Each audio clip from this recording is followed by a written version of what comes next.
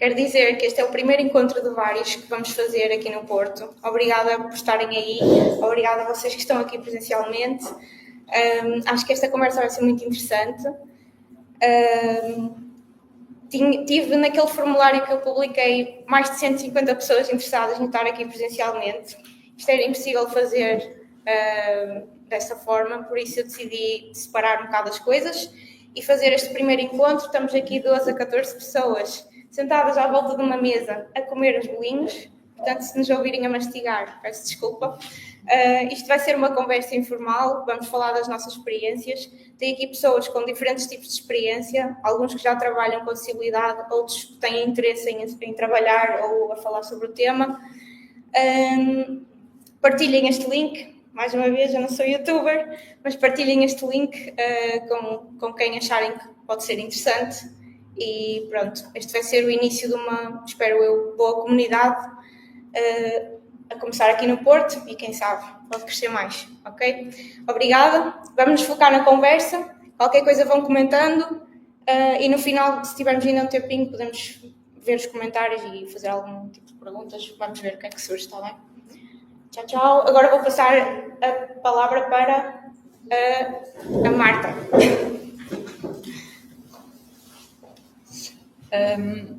Olá, boa tarde a todos. Quero dar as boas-vindas a este grupo e à Patrícia. Esta primeira reunião, que espero que seja a primeira de muitas, está a ser realizada na rede de cowork Sítio. O Sítio é uma rede de cowork 100% nacional. Nós estamos presentes em 5 cidades. Estamos em Guimarães, no Porto, Gaia, Aveiro e em Lisboa, com 12 localizações. E somos uma rede de cowork que oferece uma variedade muito grande de soluções flexíveis de trabalho, em que recebemos desde pessoas individuais para uma secretária dedicada a um dia de trabalho ou até uma hora de sala de reunião, como empresas de maiores dimensões, porque temos escritórios privados que vão desde escritórios de 4 pessoas até 50 postos de trabalho. Temos também uma sala de eventos e dentro dos nossos coworks as empresas podem beneficiar do melhor de 2 mundos, portanto acabam por ter todas as comodidades de um escritório privado, mas depois conseguem ter acesso a várias áreas partilhadas e a todo o trabalho de networking no facto de trabalharem num espaço onde conseguem ter um grupo muito grande de empresas de diversas áreas, em que depois a dada altura também começam a colaborar umas com as outras e a trazer negócios umas para as outras. Se quiserem nos procurar, podem ver no site www.sitio.pt e temos todo o gosto em vos receber, assim como em receber este tipo de iniciativas. Quando a Patrícia nos falou do seu projeto, nós decidimos abraçar e, portanto, que este seja o primeiro pontapé de saída para algo em grande. Bom trabalho a todos e vemo-nos brevemente. Obrigada. E agora passo a palavra para a Tânia, que também vai falar, mas não sou eu parceria. Olá, pessoal. Boa tarde a todos. Boa tarde a todos que estão nessa live. Também agradecemos às ladies, né, que estão presentes online e acompanhando um pouco dessa conversa. Um tema muito essencial e muito procurado pela comunidade, como nós conversamos um pouquinho antes. Eu sou Ruth Moura, sou líder na comunidade Ladies Networks aqui no Porto, junto com a Tânia. Eu queria falar um bocadinho sobre a nossa comunidade, que é uma área restrita, principalmente para mulheres, em que criamos um espaço seguro, em que partilhamos vários temas sobre a área do UX, mas não só, temas também complementares, desenvolvimento pessoal, design thinking, acessibilidade, e também criamos vários projetos, nomeadamente análise de portfólio e também Girls Talk, para potenciar também o posicionamento no mercado internacional, e tentámos sempre trazer parcerias, bolsas e tudo para complementar a oferta. Além disso, nós teremos nessa semana uma sessão de Book Club, que é uma outra atividade que nossas voluntárias também fazem, que é basicamente ler um livro sobre a área de UX. Quem sabe o próximo não seja algo sobre acessibilidade digital. E pronto, dadas as apresentações, Sim, a gente sigam- vai para o encontro conversar Sim, sobre esses sigam-nos nas temas. redes sociais e conseguem estar a par de todas as bolsas que temos para oferecer, eventos e todas as iniciativas. Obrigada. Muito obrigada. Bom, foi como se fosse coletivo e se não fossem vocês, isto não estava a acontecer, ou nestes moldes, de certeza que não. Portanto, obrigada e pronto, vamos começar a nossa conversa.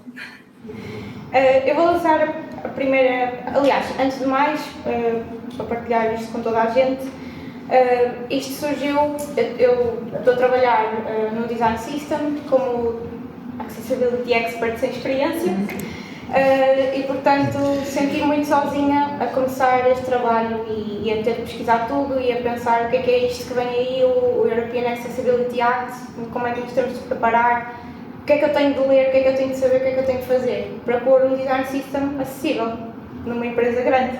Como é que eu vou fazer isto? Pronto, e percebi que não há assim muitas conversas e não há assim tanta informação. Existe muita informação, existem os critérios de WCAG e pronto, podemos lê-los todos. Eu li, mas não o recomendo. E então achei por bem, porque não encontrar-me com algumas pessoas e falar assim melhor, e falar dos nossos desafios. Em Lisboa isto já estava a acontecer, presencialmente no Porto não estava a acontecer e então decidi fazer o primeiro encontro. Ainda bem que foi muito bem recebido e aqui estamos nós. Dado isto, vou pôr a pergunta na mesa. Acham que o mercado, já para bater na ferida, acham que o mercado valoriza a acessibilidade? Já falamos, antes de chegar aqui, já falamos um bocadinho sobre isso. Quem é que quer começar a dar a sua opinião? Eu acho que depende. Depende da área, depende do produto, depende do país.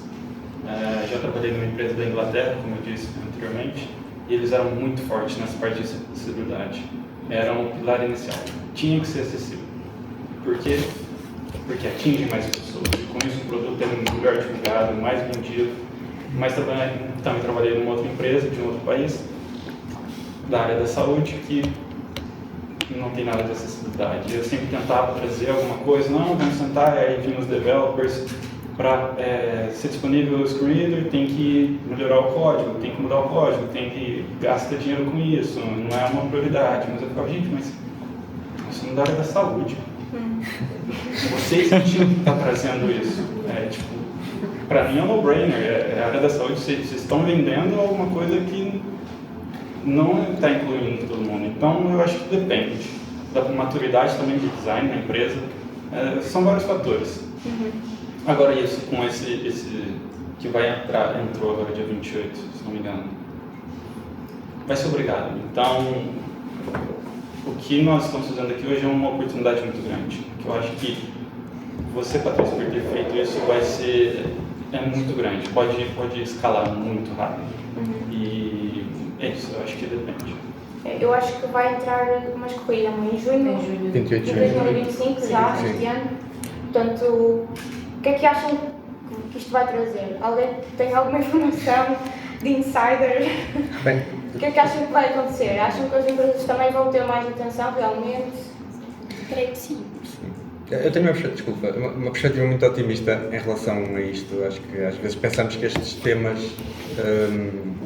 principalmente quando vêm através de um empurrão legislativo que tem muito mais de compliance do que de questões técnicas ou éticas, mas essencialmente o que eu tenho visto é que as empresas estão receptivas à acessibilidade, perceberam, principalmente na área tecnológica, quem está a desenvolver produtos digitais, e acho que em Portugal se desenha bem e se desenham bons produtos, que em primeiro que isto não é um tema apenas do design e não tem de ser apenas o UX a defender dentro das empresas este tema, e acredito que as empresas portuguesas, porque é o mercado também que eu conheço melhor, gostam de fazer as coisas com qualidade e perceberam que até aqui estavam a fazer produtos a 80%, não digo que é excluir 20% do público, mas a partir do momento em que reconhecemos esta realidade, percebemos que o produto pode melhorar, e penso que é o que fazemos essencialmente no dia-a-dia, é melhorar o produto em todas as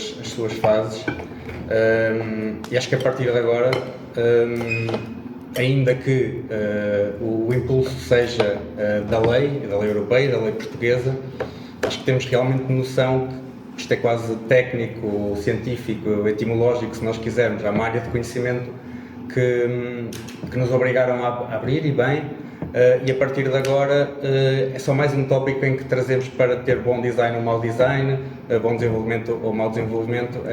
Era ignorar a acessibilidade neste momento é quase como ignorarmos tipografia ou ignorarmos iconografia. É algo que, ou, na área técnica, é como se ignorássemos uma linguagem de programação e limitamos, e acho que essencialmente, não só do ponto de vista do cumprimento legal, mas também da competição e de apresentar bons produtos ao mercado. Eu ainda não vi, mesmo do ponto de vista do negócio, ninguém contra a acessibilidade. É algo que vai dar trabalho, que se gasta dinheiro, e mesmo parece-me que as empresas que estão com menos recursos, e às vezes recursos de tempo, mesmo não conseguindo cumprir tudo, querem cumprir parte, querem ter boas práticas, querem dar boa experiência aos utilizadores. E acho que esta relação acelerou imenso. Lá está, aqui uma escala gigante que se está a abrir, e acho muito positivo estamos todos interessados nisto e a surfar esta nova onda da experiência, no fundo, de todo o desenvolvimento do produto. Eu acho que isso vai acontecer naturalmente por pressão das empresas. Pois é, isso que eu assim, da experiência que eu tenho, a empresa onde eu trabalhei anteriormente já era muito preocupada com a acessibilidade, porque estava muito intrínseca no mercado americano, e os Estados Unidos sempre tiveram essa preocupação. É uma legislação que já existe há algum tempo. E já tiveram este acto que nós vamos ter agora. Exatamente. E o que eu senti no último ano, e acho que tu e o Augusto também sentiram, foi que as empresas não estavam preparadas para esta legislação entrar tão depressa, e começaram a pressionar, pelo menos eu senti que começaram a pressionar, e que isto entrasse assim, sem haver grandes alicerces, grandes conhecimentos, grande formação, não só para designers, mas para a comunidade em si de cada empresa, de como é que isto tem que ser feito. Então, acho que cada um estamos a encontrar o nosso caminho de, ok, vamos ver como é que isto se... Tu própria disseste, leste muita documentação, nós damos imensa documentação, nos sítios dizem uma coisa, noutros sítios já contradiz aquilo que lemos, então torna-se um bocadinho difícil com esta time frame tão curta, e daí eu achar que não estávamos preparados para esta time frame tão curta para pôr a acessibilidade no curso, diria. Eu sinto a mesma coisa também. Eu estou no mercado português especificamente há pouco tempo, né? Menos de um ano. Eu trabalhei essencialmente no mercado brasileiro. Anteriormente, né? A acessibilidade, que depende, como você fala, da empresa, da maturidade de design. Mas eu sinto que no discurso é muito bonito, todos acham interessante, mas na prática é difícil mover recursos para que isso aconteça. Então, treinamento de equipas, ter talvez um QA específico ali junto com o UX designer para garantir que aquilo foi implementado, ter um service designer também para olhar para toda essa experiência, olhar também não só para a questão de contraste, vamos falar contraste e é isso, né? Mas acessibilidade é uma coisa muito mais complexa, envolve muitos tipos de interação, né? Interação ali por teclado, enfim, descrever bem o HTML semântico, que é o conversa com os desenvolvedores. Então eu sinto que falta um treinamento, né?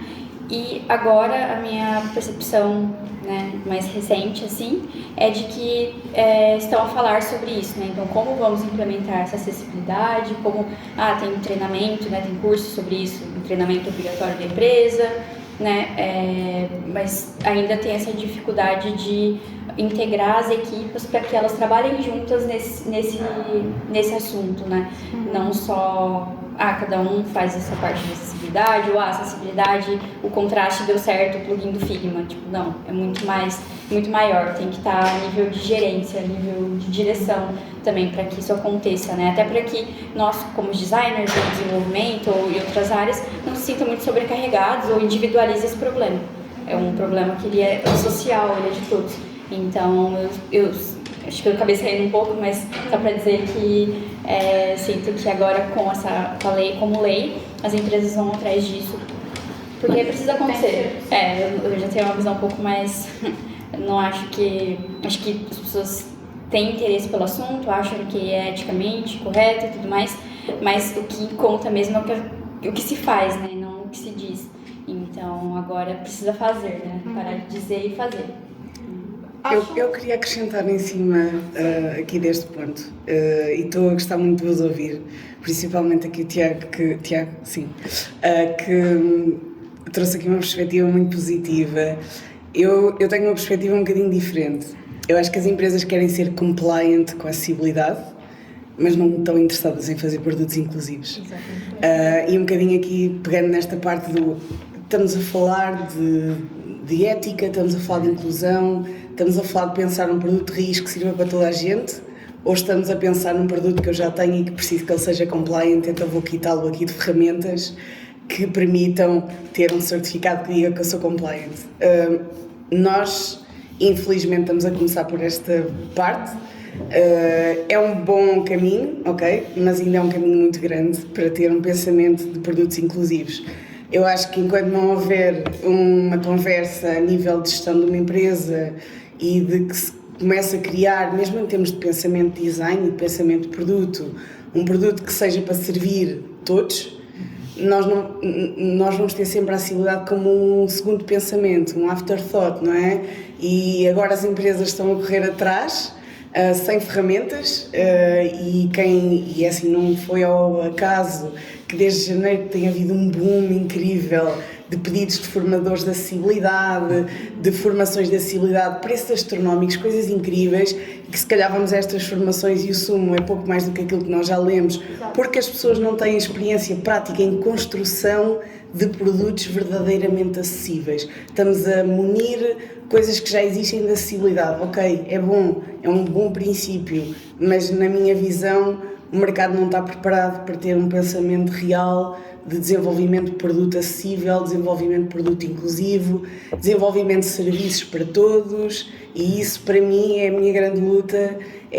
Nós não estamos a construir para nós estamos a construir para todos, e se não houver principalmente este co-desenho, porque há empresas, e principalmente norte-americanas, que o mercado norte-americano já está há muito mais tempo nisto, só estão a passar certificados. Não houve uma pessoa invisual a usar o produto, não houve uma pessoa com deficiência auditiva a usar o produto, não houve pessoas realmente com incapacidades a testar o produto. Portanto, está certificado, isto é o suficiente para se vender e para chegar onde queremos.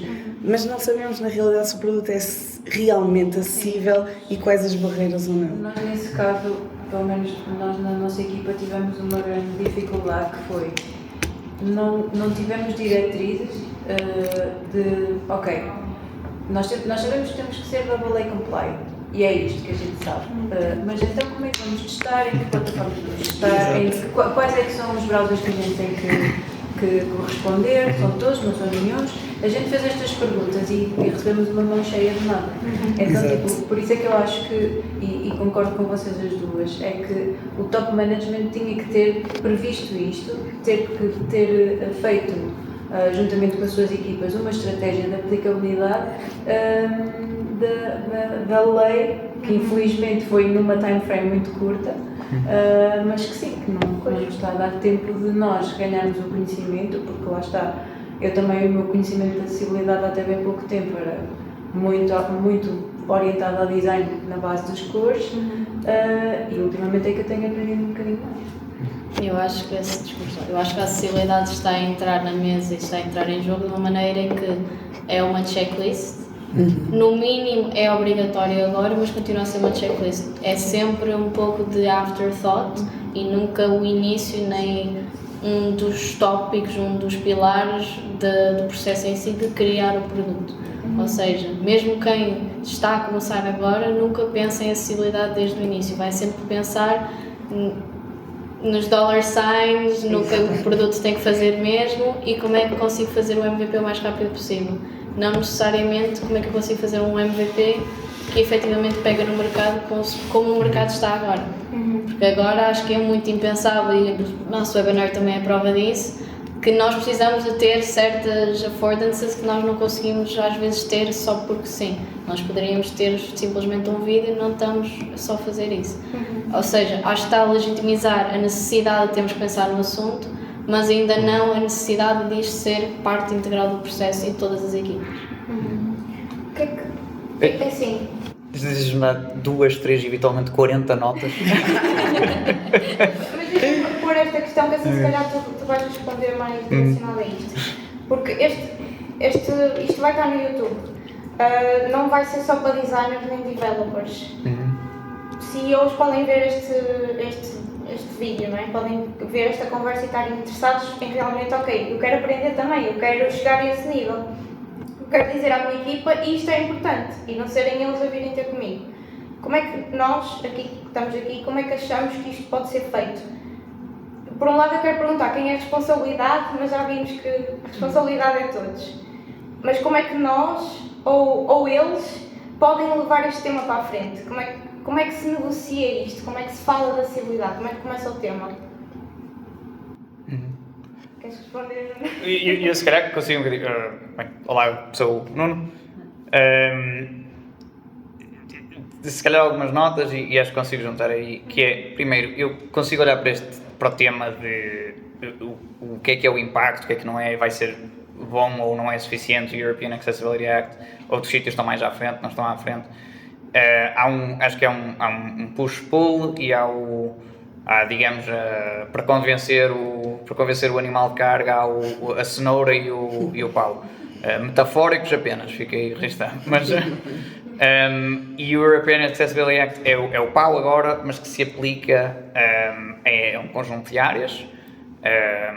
Sei lá, se calhar mais destaque mesmo é finança, transportes, algumas coisas assim.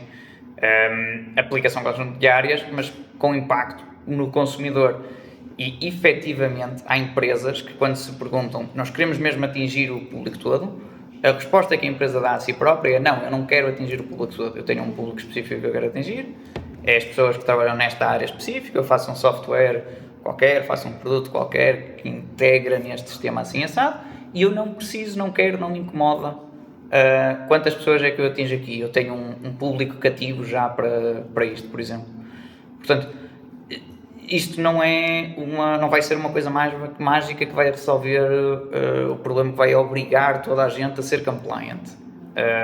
Primeiro ponto. Contrapartida, quando uma empresa começa a ter alguma coisa melhor, quando muitas começam a ter alguma coisa melhor, as que não têm, deixa de ser a empresa que tem produto acessível que se destaca, ou que ninguém repara porque ninguém está à procura, passa a ser esquisita a empresa que não tem o produto acessível. Portanto, só por aí, não é?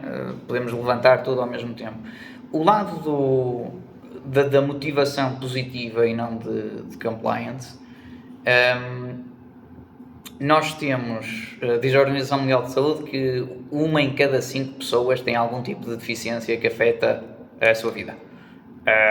E nós temos mais ou menos, grosso modo, 2 opções, que é ou sermos deficientes ou morrermos. Portanto, toda a gente vai passar a ver mal, toda a gente vai passar a ouvir mal, toda a gente vai passar a ter mobilidade reduzida. Não vai quem não estiver já lá na altura, não é?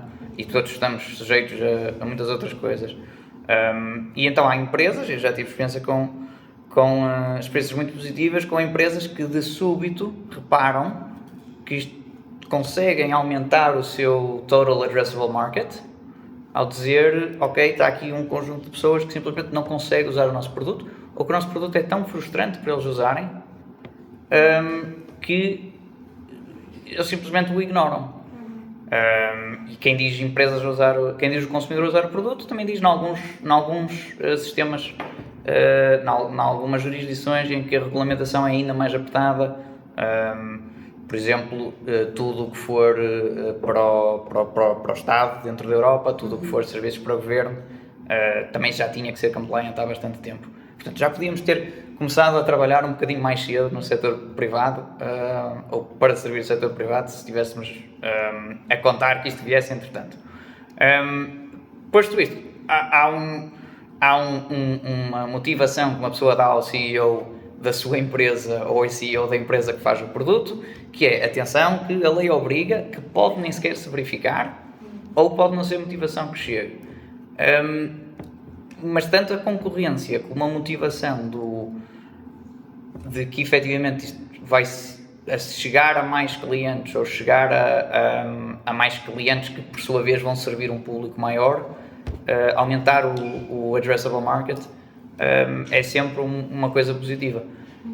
Em relação a quem é que dentro de uma empresa é responsável por isto, caramba, existe a figura de um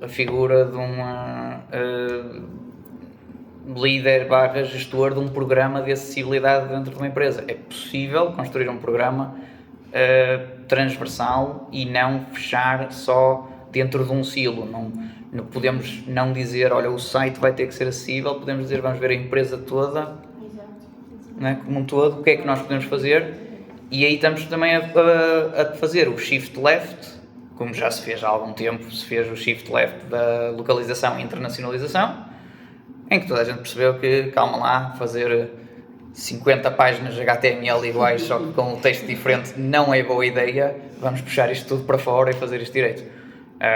Portanto, fazer o shift left e mais acima organizacionalmente e mais para trás no life cycle de projetos, responde a essas coisas. E resolve um bocadinho o problema de, caramba, vamos fazer isto, custa muito dinheiro. Porque custa tanto mais dinheiro, quanto mais em cima do problema estiver. Porque arranjar um site é muito pior do que fazer um site. Exato. Sim.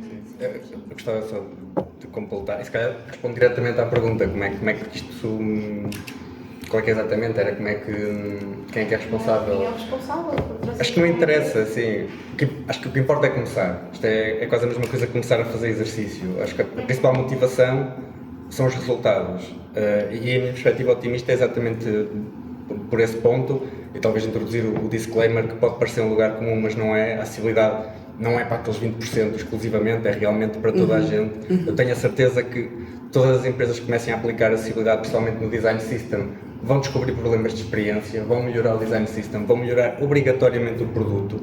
Ou seja, é caro, mas é dinheiro que está a entrar no produto e isso vai se refletir na qualidade dele.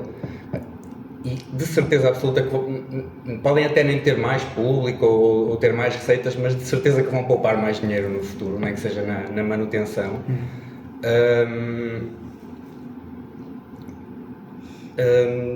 E a partir de agora, principalmente 2025, e repetindo-me um bocadinho, o que interessa é começar, não interessa como. Se é a lei que nos obriga, seja a lei, porque há condições sociais e demográficas que nós não vamos conseguir ignorar a partir de agora. A Europa está a envelhecer, Portugal está a envelhecer muito, portanto, os nossos clientes, os clientes dos produtos com os quais nós participamos na construção, vão ter cada vez mais dificuldades se eles não forem acessíveis, se eles não forem bons. Acho que podemos excluir quase aqui o acessível e colocá-lo entre parênteses. Se os produtos não forem bons, os clientes vão desistir deles e eventualmente vamos começar a perceber, mesmo que não tivéssemos esta lei, que porque é que há um produto ao lado do meu que está a funcionar melhor e está a ter melhores receitas apenas pela plataforma, porque se calhar eu estou a vender um produto no meu armazém que é melhor, mas o meu vizinho do lado está a vender melhor no site dele, e é exatamente porque as pessoas não sentem frustração e têm uma melhor experiência e recomendam essa experiência, e não é apenas para esses 20% que nós sabemos que falam em comunidade e que recomendam uns aos outros serviços, mas também para todos os outros que cada vez mais temos dificuldades em ver, e estamos a precisar de óculos, todos nós que desenhamos, todos nós trabalhamos no computador, todos estamos com problemas de costas e a envelhecer cada vez mais. E essa tem sido a minha perspectiva otimista, ou seja, talvez por ter já alguns meses aqui de trabalho na implementação da acessibilidade, acho que toda a gente começou, acho que podemos assumi-lo com essa perspectiva de temos que cumprir a lei, mas muito rapidamente, e logo nas primeiras semanas, se começou a ver valor a ser criado indiretamente, ou seja, ou porque resolvemos problemas de design system, ou porque o nosso código ficou melhor em determinado aspecto, ou porque a nossa página apareceu melhor no Google. Eventualmente daqui a uns tempos vamos começar a ter prémios para as aplicações, para os produtos mais acessíveis, e as marcas vão ficar mais valiosas sobre isso. E eu sinceramente tenho visto mesmo pessoas a querer implementar a acessibilidade de raiz porque percebem que vão poupar dinheiro, não é só uma questão de qualidade e lançar para o mercado, mas vão poupar dinheiro efetivamente a implementar a acessibilidade. Talvez isso explique a minha perspectiva otimista. Mas eu acho que e se calhar muitos de vocês vivem este tipo, será que eles sabem que vão poupar dinheiro? Ou eles sabem, mas... Aí eu digo os resultados, eles vão ser obrigados pela lei e ao final de um ano vão perceber isso. Mas eu sinto que, imagina, eu quero negociar, felizmente ainda não me aconteceu, não precisei, o trabalho veio até mim, mas eu quero mostrar ao CEO o que é importante. Porque eu já ouvi pessoas nesse papel a dizerem, tá bem, vem aí a lei, o que é que vão fazer? Então ficam na mesma. Não, mas isso é algo que eu por acaso estava a ouvir o Tiago falar e acho que é um problema geral da gestão da empresa e da gestão de equipas que não percebe o valor, ou seja, é uma coisa que pode demorar, tal como o user research. É uma coisa que é bastante desvalorizada. Quantos designers já não entraram no projeto e te disseram, olha, tens aqui os dados e é isto que tens que fazer e depois também não há cá users para testarem nada. Há uns tempos atrás nem designer não existia. Exatamente. Então eu acho é que esses high levels têm que se começar a perceber de que não só o short gain é que conta e que nós conseguimos entregar valor, conseguimos entregar melhores resultados se tivermos tempo para aplicar as coisas como deve ser desde o dia 1 de um projeto e desde o dia 1 de uma ideia surgir. E esta questão da acessibilidade foi assim, tipo, já é algo que não é de agora, não é algo que existe de agora, porque lá está, outros países já estão a implementar, também na Inglaterra, e acho que foi algo que, pronto, é moda ou é uma lei, e então vamos ter que fazer, pronto, vamos ter que ter. E é preciso ter formação desses cargos, né, mais high level, justamente porque, imagina, eu quando entrei em UX, entrei ali como estagiária, júnior, e super falando desse assunto. No final, assim, da minha experiência, eu já estava muito desgastada, porque eu sentia que, sabe, quando você fica cansado de tanto falar, então eu acho que às vezes, alguém, por exemplo, vai lá, tenta, traz esse conhecimento para a equipe, é ok, é interessante, mas chega um momento que pode ser desgastante para o próprio colaborador. Então eu acho que, mais uma vez, não individualizar e, tipo, vai lá, né, tenta conversar, trazer dados e tudo mais, que dependendo do seu cargo, isso não vai ser ouvido. Dependendo da empresa, isso não vai ser importante. Talvez você possa plantar uma sementinha em alguém, você ali conversando, às vezes, diretamente com uma desenvolvedora, um desenvolvedor, começa a trocar ali alguma ideia sobre isso, aí depois, no futuro, vocês conversam de novo, enfim, se criou ali uma relação, mas isso não já vai ter um impacto. Porque bate naquilo que o Tiago disse, já é bom começar, alguma coisa está algumas sementinhas planta, mas toma cuidado, eu falo isso pra mim mesmo no passado, se eu pudesse voltar atrás, porque eu fui muito, nossa, não, quero fazer, quero aplicar e tudo mais, e no fim fiquei muito frustrada, e isso porque não tinha todo esse aparato ali, vamos dizer, ideal, né, no caso, mas que é o mínimo, de ter equipes responsáveis por isso e de próprios managers que entendem o que é acessibilidade também, né, que vai gerir esse projeto ali, porque não adianta só o designer achar importante, aí o developer acha importante também, faz ali um handoff, faz alguma necessidade, mas e aí? Isso vai de fato para a produção? Como que a gente garante que foi para a produção? A gente tem esse tempo dentro do processo de produto para avaliar o que foi implementado e se aderiu aos processos de acessibilidade, se eu consigo navegar por tabs, enfim, o mínimo de acessibilidade, o EI mesmo, que seja, em alguns pontos, enfim, como que a gente faz isso a nível de projeto, né? Acho que... Eu acho que vai ser, vou muito ao encontro da Marília, eu acho que vai ser muito por push.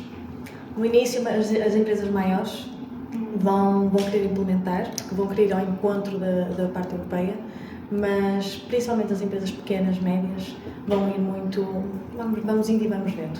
As coisas não são assim tão lineares, eu gostava de ter uma visão mais otimista. Eu também quero. Eu vou trazer o Tiago a todas as palestras que eu quero. Mas eu acho que também vai um bocadinho da criatividade. E eu aqui vou lançar uma situação que não estou dentro da área e se calhar vocês vão conseguir responder, que é, eu acho que a parte de UX é criativa e vocês conseguem, se o responsável não consegue ir ao vosso encontro, vão vocês ao encontro deles.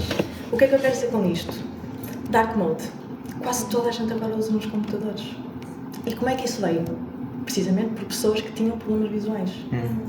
Legendas automáticas. Como é que isso veio? Por uma necessidade de pessoas específicas.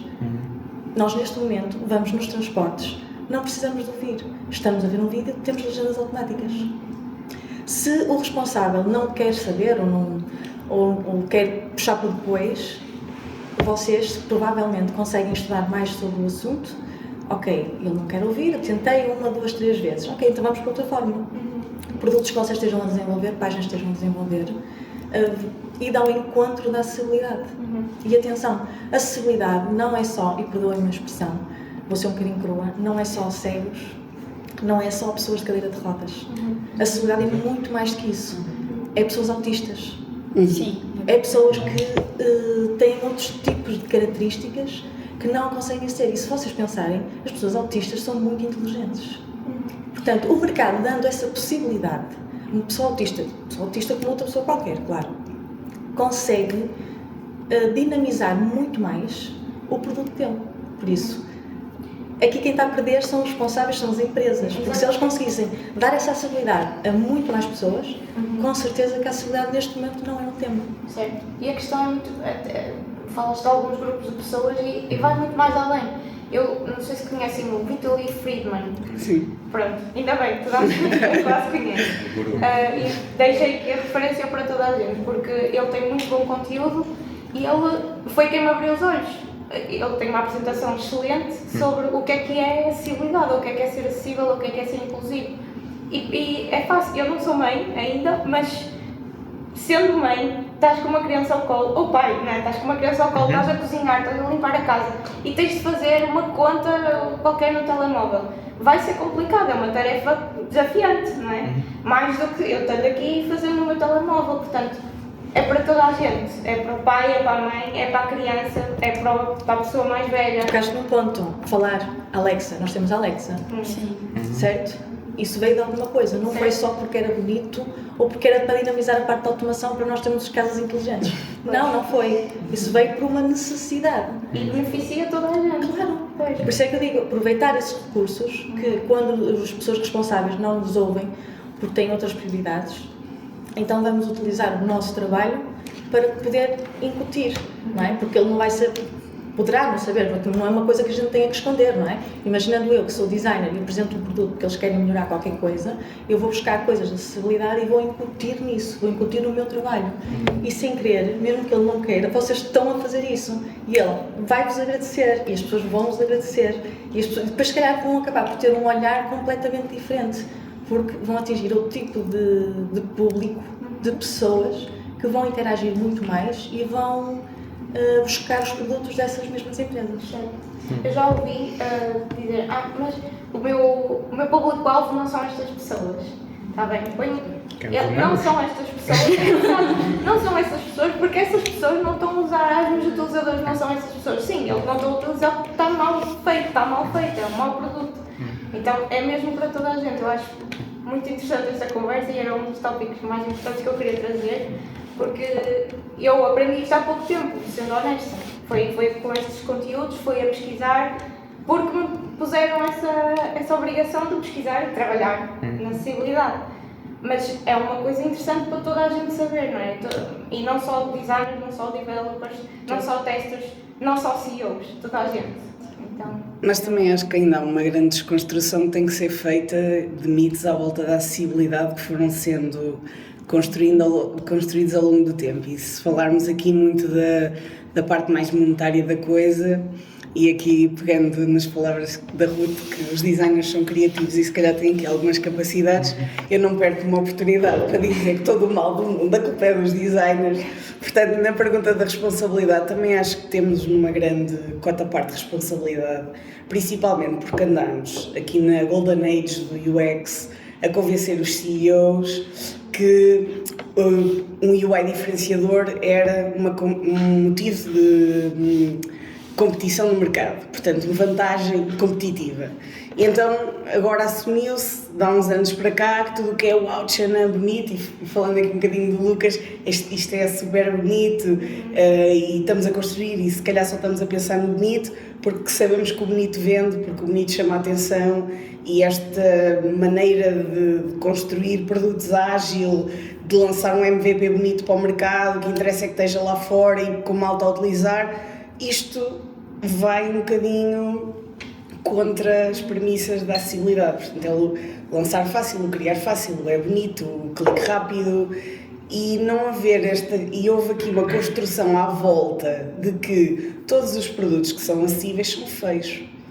Pronto, não podem ser bonitos, não vão ser sexys, portanto não vão vender. Portanto, mais vale assumirmos que o nosso público-alvo não é esse, porque nós queremos algo sexy que venda rápido, com coisas mais bonitas na App Store para a gente clicar e não sei o quê. É totalmente errado essa ideia. Exato.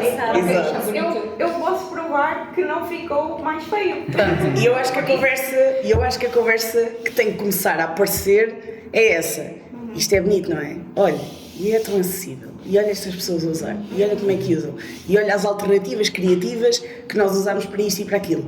Olha, e neste caso, até pode dar asa a várias multiplicidade de produtos, não é? Este tem botões, este é digital. Este é por comandos de áudio, este não é.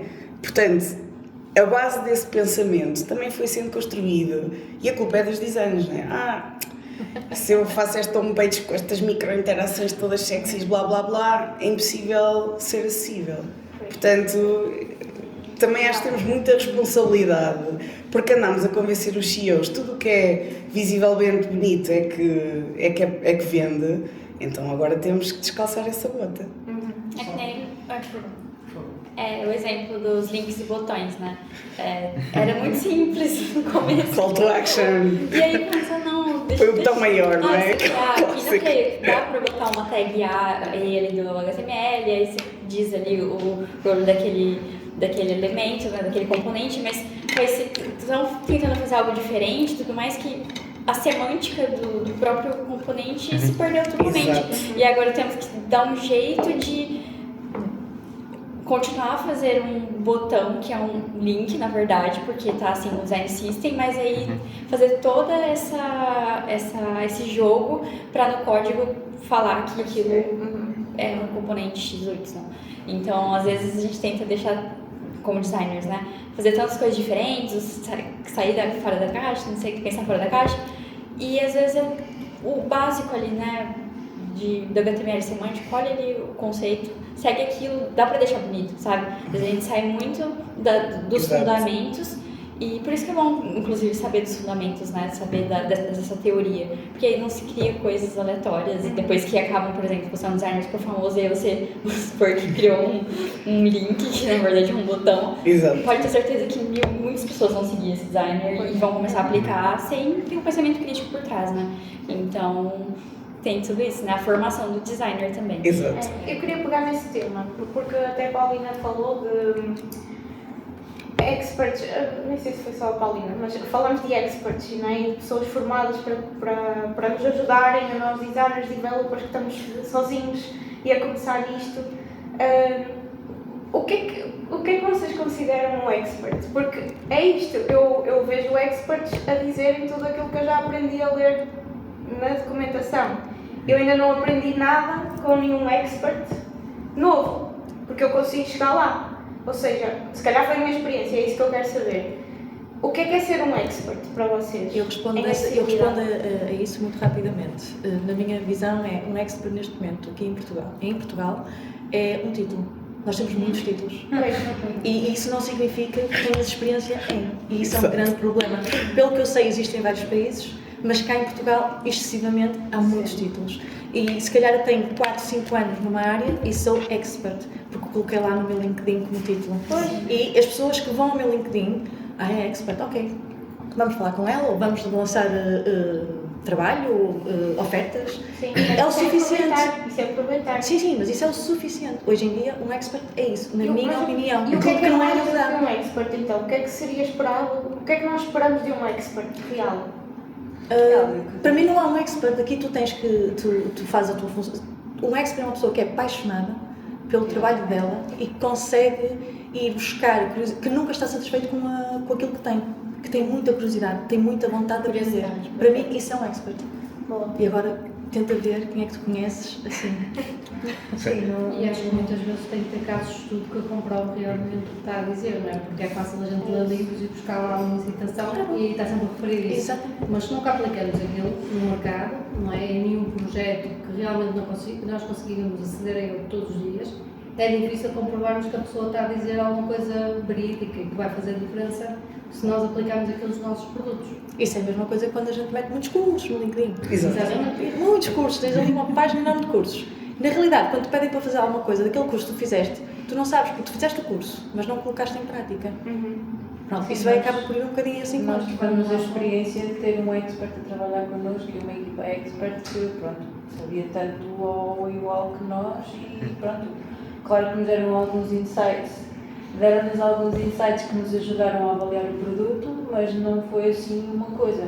Quando eu falei, se calhar usei mal a palavra, o que eu sinto é que, lá está, e acho que me vou repetir, que é, as empresas deviam ter alinhado uma equipa ou um conjunto de pessoas que estivessem interessadas pelo tema e que por acaso tivessem algum tipo de conhecimento, aprofundar o conhecimento e perceber, ok, quais são as guidelines que nós vamos passar às nossas equipas para ajudar ao processo da aplicabilidade da acessibilidade. Estás a perceber? Porque eu acho que isto não há, lá está, um expert em acessibilidade, se calhar é uma pessoa apaixonada que não faz mais nada da vida. Mas dentro das empresas poder encontrar um conjunto de pessoas, porque eu sei que há, que estejam interessadas pelo assunto e consigam transpor esse conhecimento para outras equipas e ajudarem a evoluir os produtos nesse sentido. Acho que essa questão do expert é muito engraçada, na verdade. E novamente, perspectiva positiva sobre isso. Eu até gosto desses títulos, acho graça, porque na verdade acho que o que as pessoas estão a comunicar é: eu estou dedicado a isto. E acho que eventualmente estão a surgir experts em Portugal.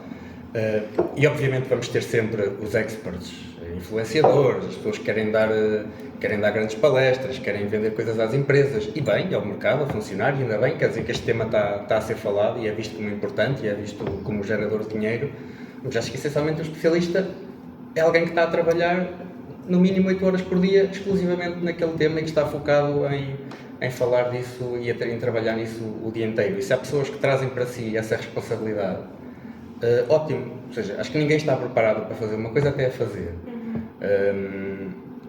E acho que temos que eliminar, e talvez este seja um dos mitos que a acessibilidade trouxe, e isto é transversal a muita coisa, é esta nossa necessidade do grande guru, do Dom Sebastião, que vem e que eu vou escrever no Google como aplicar a acessibilidade, e vem um autor que é especialista e já escreveu 3 livros que me vai dizer exatamente que isso não existe. E é bom que nós tenhamos essa certeza, nós que procuramos conhecimento, que as empresas tenham também, que não nos vai entrar uma pessoa pela porta dentro e resolver-lhes os problemas todos. No mínimo, entra-lhes alguém que lhes aponta os problemas, e isso já é importante. E elas vão pagar alguém para alguém estar dedicado 100% do tempo a apontar esses problemas e a lutar todos os dias para os tentar resolver. Alguma coisa vai sair dali, é verdade. Agora, acho que apontaste bem o problema. A questão é estão a surgir experts e depois nós vamos às palestras, vamos 4 horas ouvir alguém falar sobre o tema e afinal já sabíamos aquilo tudo. Quando na verdade o problema somos nós é que vamos à procura de uma solução fácil. Quando, na verdade, a grande dificuldade que eu tive, e acho que foi a dificuldade que vocês todos tiveram, foi construir material. Ou seja, eu não conseguia pesquisar e ter imediatamente um manual temos um manual de como aplicar uma pesquisa de marketing.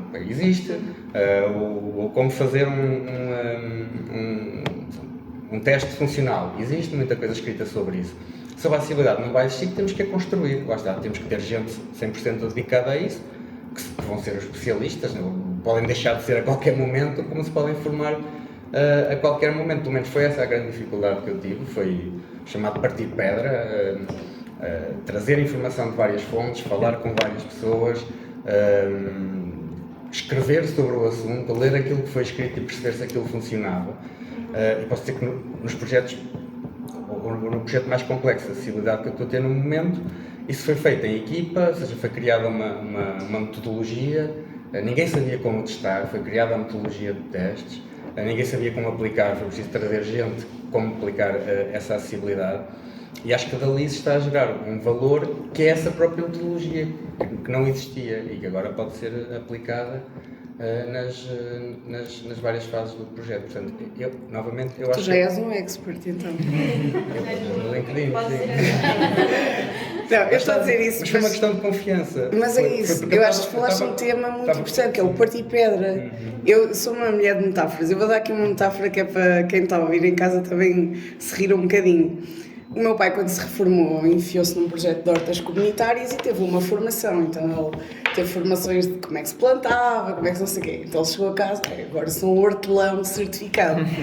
Chegou lá para plantar no primeiro dia e andava a consultar lá os manuais que lhe deram, como é que se plantava, e que ele ficava ao lado de uma casa de uma velhota. E ela dizia, não planta assim, isso assim não vai nascer nada, planta assado, planta não sei o quê. Olha, mas não planta as camilas desse lado, porque aí não bate o sol, porque não sei o quê. Ou seja, ele teve a certificação, ele tinha a teoria toda, ele tinha os manuais, ele tinha as ferramentas, ele tinha tudo, era um expert. Mas depois, só quem viveu da terra e conhece o ar e conhece o sol e conhece os produtos e bateu pedra, picou pedra durante muito tempo, é que realmente tem essa expertise e pode dizer, faz mais assim, faz mais assado, porque já errou muitas vezes, porque já fez muitas coisas diferentes, porque gerou uma comunidade, e aqui entramos aqui nesta parte desta mesa, gerou uma comunidade à volta que também lhe ajudou a ir ultrapassando estes pequenos problemas. Portanto, há muitos experts que é só o certificado e ainda há muito poucos destes que trazem realmente a experiência para cima da mesa, que realmente estão a ser criados, e é isto que a comunidade precisa, e é isto que se precisa, demonstrações, mostrar que pode ser bonito, pode ser acessível e olha aqui as pessoas a usar, porque depois há esta parte, é bonito, é acessível, tem uma certificação, é realmente usado.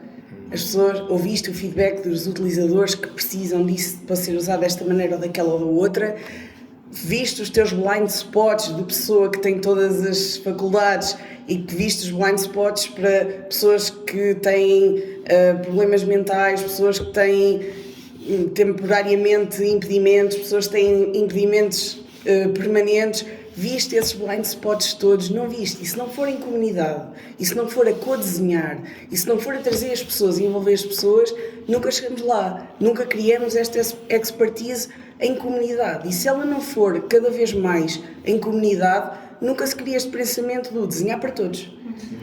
Já está. O teu pai trouxe para ele essa responsabilidade.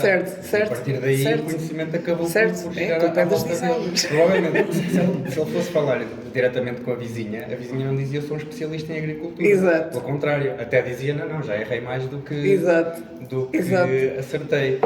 Portanto, daí eu achar giro essa questão do título, porque eu vejo-a sempre como alguém a trazer, eu vou trabalhar sobre isto e vou-me colocar nessa questão, e se calhar não tenho o luxo de estar uma vida inteira a aplicar isto em projetos como se fazia na agricultura. Sim, mas não sejamos ingênuos. Agora a acessibilidade neste momento é um grande negócio. É um negócio. Quem tem expert no LinkedIn deve estar a viver bem nesta altura. Se não fosse um negócio, acho que estávamos aqui a falar de forma muito mais triste, não é? Porque se nós tivéssemos que dizer isto é difícil de aplicar, é difícil de convencer e não gera negócio, podíamos ir já embora. Mas eu acho que falta muito esta conversa do gera negócio. E como é que gera negócio e porquê é que gera negócio? Acho que falta esta conversa. Vamos comparar um bocadinho com a sustentabilidade. Há uns anos atrás era a palavra do momento. Exato. Primeiro, eu acho que agora toda a gente está a aplicar a sustentabilidade. Começou com boas intenções, passou um bocadinho o tempo da moda, Neste momento eu acho que, essencialmente, ela está a ser aplicada porque quem não aplicou ficou para trás. Exato. Portanto, quem aplicou ficou. E eu acho que é o que vai acontecer com a acessibilidade. Quem não aplicar fica para trás e, naturalmente, parece um liberal quase a dizer que os mercados se autorregulam, mas não. Acho que, efetivamente, a qualidade acaba por aparecer sempre. Mas quando ela apareceu também parecia este problema, que era da despesa, agora temos que formar as pessoas. Exato. E naturalmente, conforme se foi aplicando, ela foi vista como um valor e agora é quase impensável para um restaurante, para uma fábrica, não aplicar um mínimo método de sustentabilidade que seja. Passou a ser uma não conversa, não é? Passou a ser uma não conversa. Eu até gostava de tocar aí num ponto que mencionaram, o que é que implica ser um expert em acessibilidade. Mas tal como nós temos aqui, a acessibilidade é todo um umbrella term. Nós temos acessibilidade em UX, nós temos acessibilidade do lado de development. É muito difícil ser um jack of all trades e quando nós conseguimos ser um jack of all trades acabamos de ser um master of none, o que outra vez acabamos a não ser um expert em acessibilidade. Então, tal como tinhas mencionado, isto de discutirmos em comunidade, também trazemos outros pontos que um UX ou um designer consegue apontar que um developer nunca teria pensado, ou vice-versa. Em questões de semânticas também um developer apanha e diz isto não é possível, por isto, e por estas razões. Então, sendo uma pessoa expert, quote-unquote, em acessibilidade, acaba sendo tanto um developer como um designer que conseguiu incluir acessibilidade no seu toolkit. E outra coisa que também temos que pensar é como é que quebramos então este estigma do que é um expert em acessibilidade. Olhamos para um expert em acessibilidade, estamos a pensar o que é um expert em fazer websites.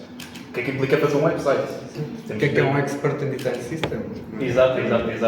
E alguém que já que uma certa pessoa consegue fazer. E então como é que conseguimos quebrar tanto este estigma? Uma das coisas que eu reparo também, e reparo no meu day-to-day, é muito mais fácil, por exemplo, eu enquanto developer, se metessem um requirement em cima que é, ok, todos os browsers têm que ser suportados. Não é tão um não issue, porque pode ser, claro que pode ser um issue, mas deixa de ser tão difícil porque nós temos ferramentas que nos permitem testar isto vários ao mesmo tempo. Temos Playwright, precisamos de testar regressão visual em vários browsers, em que eu consigo correr todos ao mesmo tempo. Unit tests, precisamos de checar funcionalidade, confirmar que de facto existe tudo em todos os browsers. E isto torna-se também um pouco mais fácil, porquê? Porque os motores que eles usam, os engines dos browsers, também acabam usando um standard que foi criado para HTML, para CSS. É muito mais fácil conseguir testar nestes, porque tudo ali é standardizado para estes. E já começa a ficar um bocado mais complicado se pensarmos em acessibilidade, porque nós olhamos para a acessibilidade e é um bicho de sete cabeças, porque não existe ainda esta knowledge partilhada entre nós, que é o que é que implica a acessibilidade. Os screeners precisam de funcionar, tem que funcionar em tudo. O que é que é as cores, tem que funcionar tudo. E é problemático pensarmos tanto nisto, mas se formos tentando quebrar estes estigmas, e é uma coisa que também o European Accessibility Act vem causado, que é algo engraçado que tenho notado também com as estudos que têm passado, que é muitas ferramentas têm vindo a ser criadas também para tentar combater estes problemas, para tentar ajudar nestas vagas que olhamos. Porque nós olhamos para testes de acessibilidade, a primeira coisa que aparece tudo em caps é os testes só conseguem chegar até 58% do máximo de testes de acessibilidade. É incrível. Já me deixei tão mais chateado. Extraordinário. E pronto, o que é que implica testar? Implica ter uma pessoa não visual, implica ter uma pessoa cega para de facto comprovar que estamos de facto compliant. O que é ser compliant? Será que temos de suportar todos os browsers? O que torna ainda mais difícil, porque mesmo que nós queremos suportar todos os browsers, as ferramentas que nos são dadas para conseguir testar em todos os browsers também não conseguem chegar a comatar todas essas lacunas.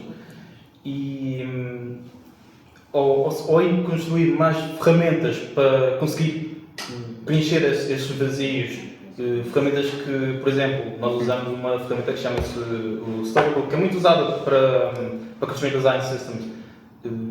Já acessibilidade já torna-se tanto baked in, é toda uma tab que fica lá e diz tu tens estes problemas de acessibilidade. Portanto, já nos ajuda, from the get-go, a construir os componentes e pensar, ok, tem estes problemas já aqui. Reduz já esse back and forth que nós temos, tipo, vamos, testamos, olha, houve este problema, vamos, testamos, olha, houve este problema. Ao meter já ali, enquanto estamos a construir os componentes, já que começa, ok, se calhar já não torno tanto um bicho de 7 cabeças. Depois outras ferramentas que vão sendo incluídas como, ok, o que é que um screen reader leria? E esta foi uma ferramenta que descobri também no outro dia, que é, ele tenta simular tanto o comportamento do Windows Narrator como o do VoiceOver, e eu consigo logo dizer, olha, o VoiceOver disse isto, mas o Narrator disse isto, é capaz de ter aqui um problema. E já começamos a tentar outra vez preencher aquela lacuna que é, ok, nós precisamos de uma pessoa cega para de facto passar por todos os componentes e dizer, ok, este de facto está certo. Vamos criando mais ferramentas para tentar preencher estas lacunas. Muitas destas têm vindo a ser criadas já também com o European Accessibility Act e usam isso como todo um marketing, tudo como um banner no topo do repositório. E juntamente com estas ferramentas nós vamos também incluindo mais acessibilidade no nosso set de ferramentas, o que não deixamos de ser expert em acessibilidade e passamos a ser só designers e developers. Com mais nós vamos passa a ser parte da nossa. Eu acho que consegui entrar aqui bem com um par de pontos. Primeiro, eu tenho um curso de engenharia, mas não sou engenheiro, porque não estou inscrito na Ordem dos Engenheiros. Portanto, em pleno rigor, eu sou formado em engenharia, mas o organismo que a República Portuguesa responsabilizou por dizer estas pessoas são engenheiros e as outras nem por isso, ainda não confirmou que eu era engenheiro. Portanto, há definições diferentes do que é um expert, um especialista, e esta é uma delas. Não é por isso que não me contratam para fazer trabalho de engenharia, não é? Portanto, existem estruturas para isso. Nós em Portugal aqui temos certificação para teste, no fundo para auditoria. Há uma organização internacional de profissionais de acessibilidade que também tem as suas certificações, e de vez em quando aparece gente no LinkedIn com a CPWA, não sei o quê, no lado do nome, não é na tagline deles. Portanto, aparece com uma tag, eu tenho certificado XPTO de acessibilidade, que com sorte vem de um teste muito bonito e vem de uma revisão de currículo de provas dadas esta pessoa de facto sabe do que é que está a falar, não acertou só nas escolhas múltiplas todas. Ou pelo menos... Que são difíceis, by the way. Não é? Pronto. Portanto, primeiro, acho que é interessante olhar para o que é que existe formalmente e de facto há alguma estrutura formal em que as instituições oferecem isto ao mercado, não é? Dizem, ok, para quem não faz a menor ideia com quem é que há de falar, este conjunto de pessoas nós validamos que não são completos totós. Ok? Estas pessoas devem ter uma ideia bastante boa do que é que estão a falar, podem começar com elas. Depois pode ser que uma seja melhor ou pior do que a outra, ou saiba mais ou menos, ou esteja mais especializada neste nicho específico, não é? Pronto. Em relação ao que é a especialização no nicho específico, também depois fica interessante, porque é que os testes automáticos não vão a 100% dos problemas, não vão conseguir corresponder com 100% dos success criteria das WCAG. Eles têm a ver com a interação, não é? Há alguns que são super claros e super rigorosos. Um vídeo não pode ter luzes a piscar a uma frequência de mais de 3 Hz. Ok, vamos ver isso. Espera, mas é preciso um certo nível de contraste para passar aí. Ok, mas se for só numa área muito pequena do ecrã, já é tolerável porque não é grande que chega. Ok, mas qual é o tamanho do ecrã que a pessoa está a ver? Ok, e a pessoa está a ver em full screen, ou pequenino, ou está a ver no telemóvel, mas se estiver a ver no telemóvel está a ver perto da cara. Ok, então podemos ver graus em vez de pixels. Ok, porreiro. Se calhar conseguimos chegar aqui a uma coisa que binário, verdadeiro ou falso, passou ou não passou, para esta coisa vai fazer com que uma pessoa, se calhar epilética, desmaie ou não. Ok, não faz, porreiro, passamos ao próximo critério. Estrutura, por exemplo, já tive conversas espetaculares sobre isto. É ou não razoável ter mais do que um... Já agora fazemos uma sondagem de levantar braços. Quem é que acha que é razoável ter mais do que um header heading level 1 numa página? Web? Sim. Mais que um H1? Mais que um H1. Mais que um H1? Mais do que um H1. Acontece. E há quem me tente justificar que é razoável. Designers. Ok, pronto, mas boa. Eu concordo com vocês todos. Acho que não faz sentido, mas entramos em coisas em que estamos a injetar um pedaço de outro lado qualquer, e se calhar vamos quebrar coisas de relações. E se calhar vamos saltar de um H2 para um H4 ou não. Isto é correto, isso? Eu acho que não é correto, acho que é péssimo, acho que é má usabilidade, mas acho que é tecnicamente conformant. Portanto, isso, uma coisa automática diz que isso passa e que está tudo bem, saltar de um 2 para o 3, para o 4? Provavelmente sim. Um utilizador olhar para aquilo, uma pessoa usar um leitor de ecrã que esteja a navegar por heading, por exemplo, vai achar que isso faz sentido? Se calhar, não. E isso é outra coisa. O que é uma pessoa que não tem experiência com leitores de ecrã, usar um site com leitor de ecrã? Vale muito pouco. Exato. Não é? Porque quem não usa um leitor de ecrã no dia-a-dia tem uma certa maneira de ler uma página web e tem uma certa maneira de tentar perceber como é que se lê o leitor de ecrã. E quem não usa no dia-a-dia provavelmente não sabe as funcionalidades todas, não sabe os atalhos, não sabe os hacks, não sabe os workarounds.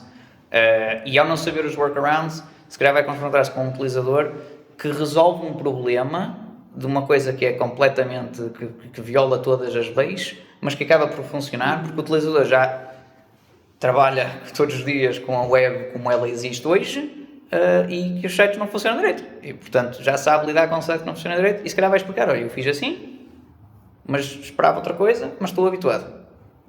E quem diz um leitor de ecrã diz coisas diferentes, sei lá, testar um site com controle por voz é um sítio giro no meio do visual e motor e o não visual de leitor de ecrã, porque o que o utilizador está a ver como o que está como botão, por exemplo, o lado visual é o que ele vai pedir ao programa para clicar, mas muitas vezes o programa vai estar a procurar os elementos com o accessible name, que pode ser uma label qualquer área que esteja lá em cima. Se nós fizermos os testes todos com teclado, os testes todos com leitor de ecrã, os testes todos com impressão de cores, zoom a 200%, ver se não estoura tudo por todos os lados, e não fizermos nada com a combinação, não é? Que é o controle por voz, porque vai usar a parte visual para a navegação, mas depende da parte quase relacionada com o leitor de ecrã para a própria interação, provavelmente escapa aquilo. E a parte de propósito, por exemplo, eu pergunto muitas vezes opiniões sobre texto alternativo. É muito fácil perdermos em pormenores, ou não dá pormenores que chegue, ou estar com, sei lá, quem escreve um texto alternativo, por exemplo, o Office, o Microsoft Office agora é muito bom, tem uma janelinha que diz, a gente escreve por ti, e usa lá as AIs deles para escrever um texto alternativo. E aquilo pode dizer, está aqui uma fotografia de um homem de fato, cabelo grisalho, em frente a um edifício, e a gente, põe aquilo no nosso site, depois recebe um telefonema do gabinete do Sr. Presidente da República a dizer, mas que é isto? Que é isto? Porquê é que identificou um fulano de cabelo grisalho? Isto é o Sr. Presidente da República, Marcelo Rebelo de Sousa. Quer dizer, não tem jeito nenhum. Portanto, quem é que escreve aquilo melhor? É quem sabe qual é que é a função e qual é que é a intencionalidade. E a mesma imagem pode ter interpretações muito diferentes. Uma ferramenta automática consegue correr a página toda e gritar-nos de cada vez que encontra uma página, uma imagem que não tem texto alternativo. Mas não nos consegue dizer este texto alternativo é útil corresponde com a intenção de quem escreveu o conteúdo e a razão para estar aqui esta imagem, ou não. E se calhar até não nos é capaz de dizer esta imagem não devia ter texto alternativo. Certo? Porque isso é uma decisão. Quanta carga de informação é que nós queremos acrescentar para o utilizador? Se calhar estamos a perder tempo. Se calhar, sei lá, não sei, e aí depois entra preferências. Se calhar se estou a olhar para uma grelha de produtos num site de e-commerce, se calhar não quero saber o pormenor mais infinitesimal da coisa que está ali não é, no cartãozinho antes de clicar lá dentro. E se calhar aí também quero saber os materiais. E não quero os materiais na... Achas que essa não era uma pergunta já que fazíamos antes? Porquê é que esta imagem está aqui? Porquê é que escolhemos esta imagem? Nós não pomos lá uma imagem só para embelezar. É chamada imagem decorativa. Estás a subestimar. Pode, exatamente. Estás a subestimar muito. Eu estou a dizer que mas é o isso. designer, quando escolhe uma imagem, tem uma intenção. Sim. Portanto, quando fizermos um texto alternativo para a acessibilidade, temos que ter a mesma intenção. Mas a intenção, é isso mesmo, a intenção da tua imagem pode justamente ser exclusivamente decorativa. Exato. Pode ser exclusivamente decorativa. E há uma maneira técnica de lidar com isso. Mas isso é uma decisão da tua intenção, como designer, e que o utilizador percebe. Já me aconteceu estar um site de notícias qualquer em que literalmente me passa uma linha, literalmente aquilo lia como linha separadora. Genial, cumpre com todos os critérios, mas acessibilidade não é a mesma coisa que usabilidade. Exato. Mas é relacionado. A divisória tem que estar marcada para ignorar, para ser ignorada. Exatamente. Alt igual aspas. E queria só cristalizar essas duas palavras como relacionadas, que é a acessibilidade e a conformance com guidelines. Pode ser um bom primeiro passo para quando estamos completamente perdidos e queremos fazer uma coisa que seja usável, mas nós só vamos saber se é usável quando a utilizamos. E por isso é que vamos andar aí a telefonar às pessoas e dizer: olha, a gente tem um site, quero olhar. E a pessoa vai olhar. Uma diversidade de pessoas com backgrounds diferentes e com habilidades diferentes. Qual é que é o número? 7, não é? 7 pessoas. Para ter disabilidades nisso. Sim, mas pela primeira vez temos legislação, ou vamos ter, sobre experiência. Nós antes não tínhamos, quer dizer, isto era um acordo entre a área científica e do conhecimento do design e das heurísticas, mas não havia nada escrito sobre isso. Se nós compararmos com a legislação de arquitetura e acessibilidade, existe legislação de arquitetura para boa experiência de espaço. Ou seja, um espaço ser salubre tem que ter uma janela de um determinado tamanho, o pé direito tem que ter um determinado tamanho, ou seja, há dimensões mínimas para o espaço e há legislação desde local até nacional para que isso seja bem feito. Quando na arquitetura se introduziu a acessibilidade, fazia todo sentido também que ela fosse legislativa. Nós na experiência, no design, não tínhamos legislação absolutamente nenhuma e agora temos.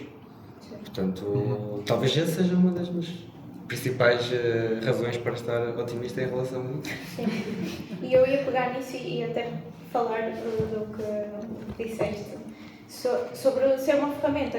Infelizmente agora temos várias ferramentas. Eu vejo o WCAG, as diretrizes que temos agora, como uma ferramenta, porque seguir as diretrizes não é ser acessível, não é só fazer isto e já está acessível.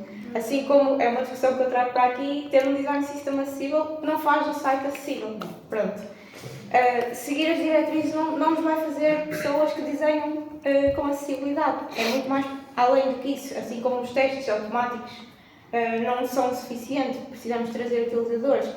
Mas, e voltando ao início, é um bocadinho. É um pouquinho, que já é bom. Sim. É o início. Já é muito bom. Só uma curiosidade que, por exemplo, acho que é uma referência para todos o Carbon da IBM do ponto de vista da acessibilidade. Eles têm muita coisa que nos ensinou imenso. Eles na própria página onde apresentam as guidelines de acessibilidade têm problemas de acessibilidade porque ainda estão na versão do Design System anterior. E a IBM, que é uma das referências nesta área, coloca aquilo lá sem problema nenhum. Ou seja, nós também não temos que olhar para a acessibilidade como a perfeição que queremos atingir. Nós temos que começar aos bocadinhos e temos que ir fazer. Se for o teste automático, se a empresa não tem dinheiro absolutamente nenhum, nem tempo, que corra testes automáticos e que vá resolvendo problemas dos testes automáticos. Vai resolver uma porcentagem que é útil. Se resolver os contrastes, ótimo. Se tiver testes alternativos, melhor ainda. E depois vai começar a evoluir. Eu acho que nós também temos que não olhar logo para o cume da montanha e ir fazendo as coisas.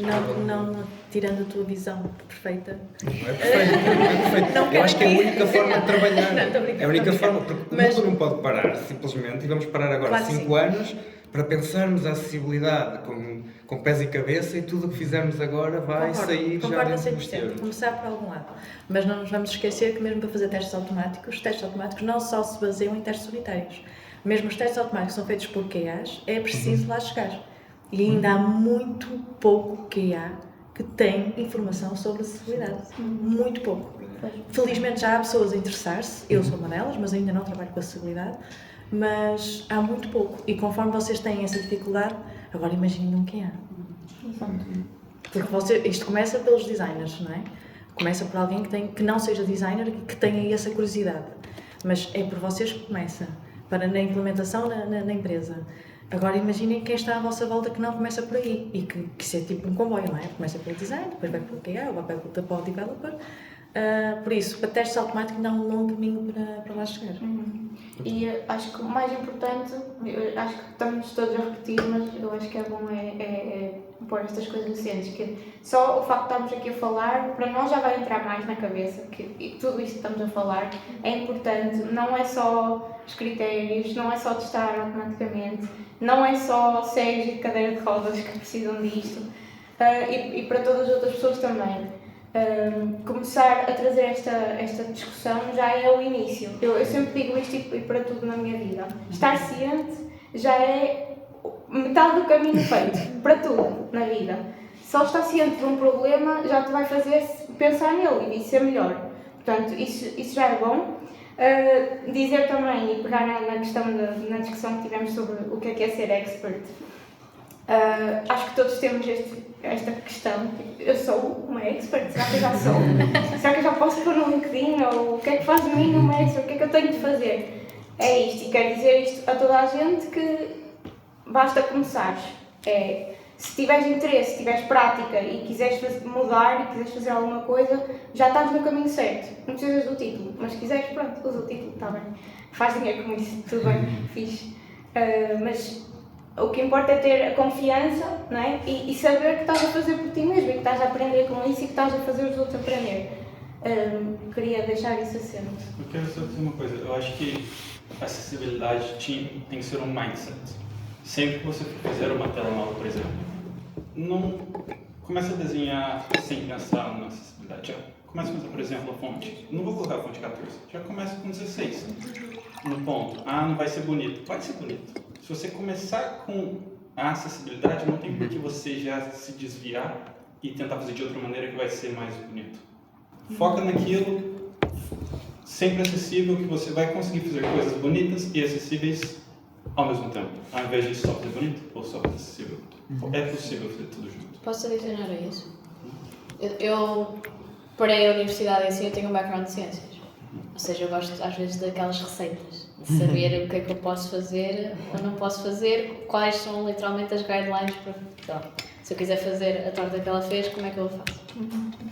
E uma das coisas que eu senti, especialmente porque eu, em termos de licenciatura, vim de novas tecnologias de comunicação, ou seja, uma comunicação muito tech e muito diferente, muito multimédia até, nada 100% focada em design. Tive algum design, gráfico, UX, tudo isso, também tive marketing, também tive muita coisa. Fui para o mestrado em design à espera de receitas. E acho que aí dei assim um slide ali, mas eu saí e apercebi-me que isso e a cena dos experts é tudo muito cinzento no melhor dos casos. Portanto, acabamos por ter umas mínimas guidelines de saber, ok, dentro daqui estou a jogar na zona segura, mas ao mesmo tempo isso não significa que não possamos ser os criativos e os designers que criam as coisas e pronto, conseguem misturar as duas coisas. Acho que acaba por ser muito... Há muito o arquétipo de designers criativos no geral terem que ser super livres, super alternativos, super tudo isso, mas nós trabalhamos muito bem dentro de um sistema com um mínimo de regras, com um mínimo de pensamento, especialmente em UX, nós somos muito conscientes da nossa própria condição humana e gostamos disso, portanto acho que acaba por resultar bem. Acho que a área dos 4, 5 anos que eu estou a seguir UX está a resultar muito bem nisso e expandir isso, porque se calhar também somos das primeiras áreas que desde o início nós sempre questionámos muitas coisas. Mas eu acho que o que o Lucas disse, acho que é uma coisa que deve sair daqui e nós temos a responsabilidade depois de trazer isto também um bocadinho para as nossas empresas e se calhar para as nossas vidas, da acessibilidade de ser um mindset. E eu aproveito para dar aqui o exemplo, nós estamos a falar na acessibilidade de aceder a websites e conseguir usá-los.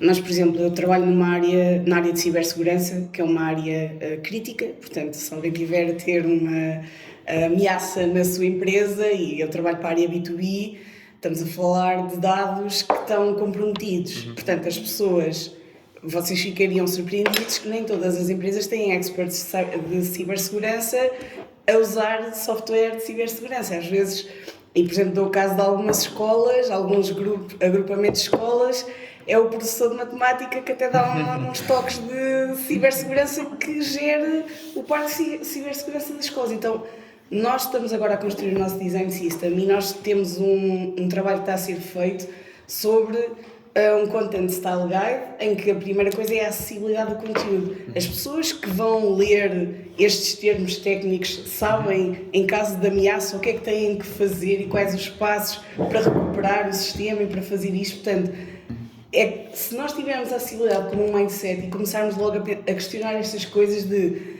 não é linear que toda a gente vai ter noções de cibersegurança que vai usar isto.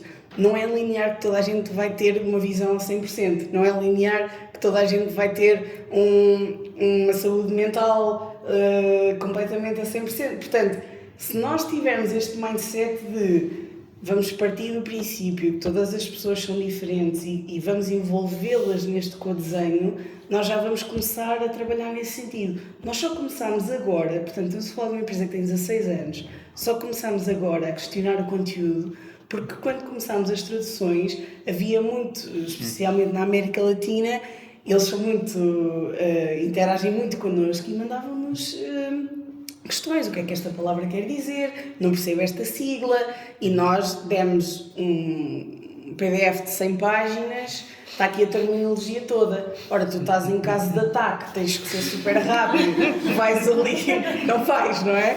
Pronto, e isto foi um afterthought. Se calhar se tivéssemos começado logo a desenvolver o produto raiz com uma linguagem acessível, tínhamos evitado, se calhar, tantas empresas terem tido problemas de cibersegurança porque as pessoas que estão do outro lado não conseguiam simplesmente compreender a interface ao nível das palavras. O que é que a interface me está a pedir para fazer? Portanto, eu acredito muito, e aqui na perspectiva positiva do Tiago e aqui nisto, se for um mindset que não era, e estamos a começar por um lado, estamos a começar com o enforcement da lei, espero que comece a ser um mindset, e acho que é da nossa responsabilidade, das pessoas que estão em casa a ouvir, de trazer isto para cima da mesa, e dos designers já era tempo dos designers começarem a ter um pensamento inclusivo. Já era tempo disso, e acho que estamos a começar bem. Sim, acho que tem que começar de algum lugar, como já foi dito aqui. E se você realmente acredita, por exemplo, a empresa não se importa com a acessibilidade, só quer lançar um produto, mas se você realmente acredita, faz mesmo. Não tem por que não. A empresa não quer, mas por que eu vou fazer? Faz. Se você realmente acredita, você sente que o que você está fazendo é para ajudar as pessoas, faz na mesma. Você aprende com isso, né? Exato. É isso que eu estava a dizer há bocado. Mesmo quando eles pedirem as coisas para vocês fazerem os designers, comecem já a incutir a acessibilidade no vosso trabalho. Porque eles não vão dizer que não. Isso é certo. Portanto, se vocês conseguirem pegar no vosso trabalho e já começarem a incutir isso, perfeito. Já é uma gotinha. Exato. Eu acho também quando nós pensamos em profissionais experts, como a gente tinha falado, são pessoas que, vão lá buscar por uma motivação também, fugindo da frustração do trabalho, do dia a dia automático, e vão buscar uma motivação. Na acessibilidade é um objetivo, ajudar pessoas através disto. Então, todos nós estamos falando aqui, o pessoal está conectado lá, falando muito sobre isso. Como é que eu sei que uma certificação é boa para mim? Será que é só por esse caminho que eu me torno uma profissional na área de acessibilidade digital? Não, começa nas nossas mãos, no nosso dia a dia e tentando implementar boas práticas mesmo. Tipo, pode começar num contraste, mas você vai estudando, vai olhando a WCAG e esse é o caminho mesmo. Às vezes... Estou sempre na frente. Às vezes pelo próprio conteúdo que comentaram, pelo menos foi um caminho que eu consegui um pouquinho entregar de acessibilidade a nível de código, né, de implementação, porque é mais fácil, vamos dizer, eu quero uma label, tá muito difícil ali de um campo, tá muito técnico, uma sigla. Será que eu posso escrever isso de uma forma mais acessível, mais inclusiva, mais didática? Será que qualquer pessoa consegue entender o que isso significa? Esse botão aqui, ele diz para onde, o que eu vou encontrar quando eu clicar nele? Às vezes no conteúdo, no conteúdo mínimo, tem até uma técnica que eu não sei quem criou, mas eu vi de um especialista Marcelo em acessibilidade, acho que é Marcelo Salles, em Content First. Começar pelo conteúdo, que aí você consegue pensar no H1, no H2, o que é parágrafo ali, o body, o que é o footer, o que vai, né, a nível de conteúdo, e tamanhos de fontes e afins, e isso aí às vezes parece pouca coisa, mas ajuda muito e é mais fácil de negociar, né? Principalmente quem trabalha, que eu acho que a maioria dos casos, às vezes, em empresas ali que tem um software ligado ou que um código ali difícil de fazer manutenção ou que as equipes não estão, às vezes a equipe é pequena, tem 2, 3, 4 designers, então às vezes já começa pelo mais fácil de ser aplicado no produto, né? Tipo, enfim. Então, essa parte de conteúdo. Eu só quero dizer que eu não quero descredibilizar quem tem muitos cursos. Não fiquem com ideia errada. Não é nada disso. Eu, pelo contrário, eu só estou a dizer que há muita gente que me apercebo que tem muitas formações e, na realidade, quando nós a procuramos para pedir ajuda, como estavam a dizer, acabam por não conseguir ajudar e acabando por dar o conteúdo que nós já fomos buscar. Eu queria pegar nisso e já estamos a acabar. Infelizmente, porque acho que eu nem segui as perguntas, vocês foram falando e eu adorei. Mas eu queria pegar nisso e dizer, porque se calhar tem gente que está-nos a ver no YouTube e a comentar, mas vocês não me deram respostas, eu estou à procura de um expert, eu estou à procura de um curso. Acho que o resumo desta conversa é: cada um de nós pode ser o expert, ninguém sabe tudo. Ninguém sabe tudo, estamos aqui 14 pessoas. Eu também vinha para aqui a pensar, se calhar eles sabem responder a isso, eles são os experts. Isto não existe, chegamos a esta conclusão aqui. Se vocês têm interesse, começam vocês, não é? É isto que estamos a falar. Tentem puxar isso para a vossa empresa, para aquelas pessoas que não acreditam, vão fazendo um pouquinho vocês. Mesmo que ninguém vos peça ou que digam, não percas tempo com isso, vai fazendo e depois eles vão dar valor. E é isso. Queria acabar assim. Só queria dizer mais uma coisa, deixa-te acabar, que era sobre isto tudo também. É mais uma, ou seja, eu não tenho conselho nenhum para dar, mas é mais uma partilha de experiência e tem tudo a ver com isto, com os experts, com os cursos, com as formações, para onde é que se começa, ser um mindset. Mas eu acho que é sobretudo uma prática e acho que vou voltar ao que disse no início, que era importante começar. Efetivamente no início estudei bastante, li muita coisa, fiz muitos cursos, muitas certificações. Posso-vos dizer que a meio estava vai que não vai, apesar do tema me ter sido proposto, ou seja, não fui eu que o fui buscar, ou seja, ainda acresce a isso, começa a ser um bocadinho cansativo.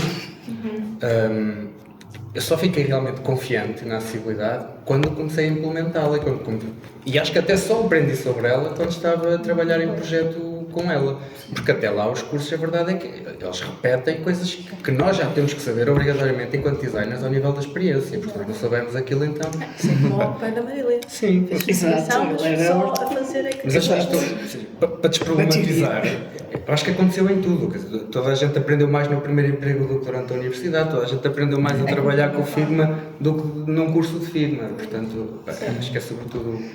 Olha, eu posso, só para terminar, sabes quem é que eu acho que são os experts da acessibilidade?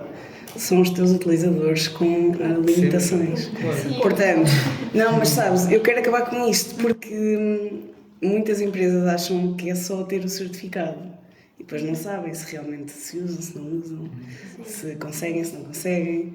E há muitas maneiras de se usar um software. Portanto, se queres experts, vai atrás dos teus users. Eu tenho uma experiência muito gira, também só para terminar, mais de como é que nós podemos chegar ao utilizador, isto não é acidentalmente propriamente, mas sem estar a pensar em fazer user research, mas como é que conseguimos ter alguns bónus interessantes. Primeiro, as empresas grandes já estão habituadas a ter a presença em redes sociais, a ter alguém lá de olho posto quando aparecer alguma coisa mesmo chocante, a pegar naquilo e fazer com que seja viral a resposta da empresa e não o desastre, não é? Pronto. Isso é uma coisa, é estar atento minimamente ao que é que se está a passar. A segunda coisa é ter um e-mail de suporte ou qualquer outro sistema de ticketing. Mas o que já me apareceu coisas muito giras pronto, eu faço full stack e parte do meu trabalho até acaba por ser quase desenhar um workflow mais do que não é, do processo todo, não só da parte de interação com o utilizador. A parte cognitiva nota-se mesmo muito aí, e é uma coisa que se foi falando aqui aos bocadinhos, mas que não está muito, muito forte em termos de guidelines, mesmo também por não ser testável, não ser propriamente, não é falsificável, não é binário. Nós não conseguimos dizer isto é fácil de perceber, é fácil de compreender isto. Não é? Conseguimos ter algumas regras, conseguimos dizer não atirem siglas às pessoas sem mais nem menos. Há um critério a nível AAA de que todas as siglas têm a ter uma explicação. Porreiro, ok, isso ajuda. Mas mais uma vez é um bocado os mínimos olímpicos. Agora, como acaba a fazer um bocadinho de localização também, é muito giro de vez em quando ver um pedido do cliente para, não é? Quando há este acesso muito direto, pedido de um cliente para mudar uma string em algum sítio, em que o que eles querem ver naquele botão, onde for, não faz qualquer sentido para mim, mas está mais perto do modelo mental que eles têm do sistema do que aquele que eu tinha como developer. E portanto, esse é um exemplo giro, é perceber, ok, isto claramente, o esforço deles de perceber, eu não sei lá, imagina, se calhar tem um post-it no computador a dizer este botão quer dizer não sei o quê. Não é? Provavelmente é assim que começou e chega depois ali. Portanto, é isso, há todo o processo de acompanhamento, todo o processo de life cycle de projetos, life cycle de produtos e de acompanhamento do produto no mercado. Tem muitas oportunidades de, estando atentos que chegue, encontrarmos problemas ou sítios a fazer melhor. E esta provavelmente é uma das áreas onde é mais por aí que vai acontecer o processo, a parte cognitiva de este processo é extremamente complicado. Quer dizer, isto depois vê-se com métricas, se calhar num e-commerce qualquer, se calhar consegue-se fazer um ABA de tudo numa página versus um flow de compras que vai para a página seguinte, vai para a seguinte, vai para a seguinte, e se calhar muita gente, quando é uma página de 5 metros de scroll, se calhar fecha a tab e nunca mais compra o produto. Não é? E o tipo de métricas assim conseguem-nos ajudar e conseguimos ler estas métricas de uma perspectiva de acessibilidade e usabilidade combinadas. Portanto, é isso, os utilizadores é que decidem, quando não é o empregador deles que decide, mas os utilizadores é que decidem, e devemos estar atentos a eles e conseguimos ganhar quando estamos atentos aos utilizadores. Muito bem, pronto, a nossa conversa está a chegar ao fim, ainda não chegou, porque temos aqui algumas pessoas com algumas perguntas interessantes e queríamos falar disso. Antes disso, queria dizer obrigada a todos. Acho que a conversa foi super interessante. Relembrar que isto é a primeira de algumas que podem vir a acontecer. Agradecer ao sítio por nos ter disponibilizado. Obrigada às pessoas que estiveram aqui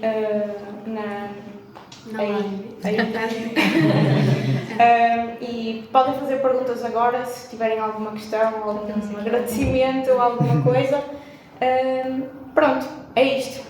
Já falamos sobre o feedback, mas podemos ler então. Na verdade, as questões, algumas até já foram respondidas, mas é só para também vocês responderem diretamente a essas pessoas, né? A Maria João, que falou muito aqui na live. Sim, ela escreveu-nos se conseguimos esclarecer que tipo de produtos vão ter de obedecer à lei. Já vi e já ouviu muita coisa, mas continua a não ser claro. Há definições que parecem muito vagas. Foi aquilo que falámos, não é? Que há diversas documentações, há muita informação e toda a gente está a tentar filtrar o que faz sentido, o que não faz. Depois também depende do produto, depende provavelmente também do tipo de empresa, porque isto é mas está escrito exatamente o que é que se aplica. Depois temos de delinear se calhar o que é que implementamos primeiro, o que é que não implementamos, porque isto é um work in progress. Eu posso responder, mas depois completem se faltar alguma informação. Mas o European Accessibility Act, que é aquilo que todos estamos muito assustados e preocupados, não diz nada muito em concreto sobre acessibilidade digital, em particular. Sabemos que convém seguir as regras estabelecidas, que são as únicas diretrizes que nós temos, nesse sentido, mas isso vai de encontro àquilo que eu tentei concluir desta conversa.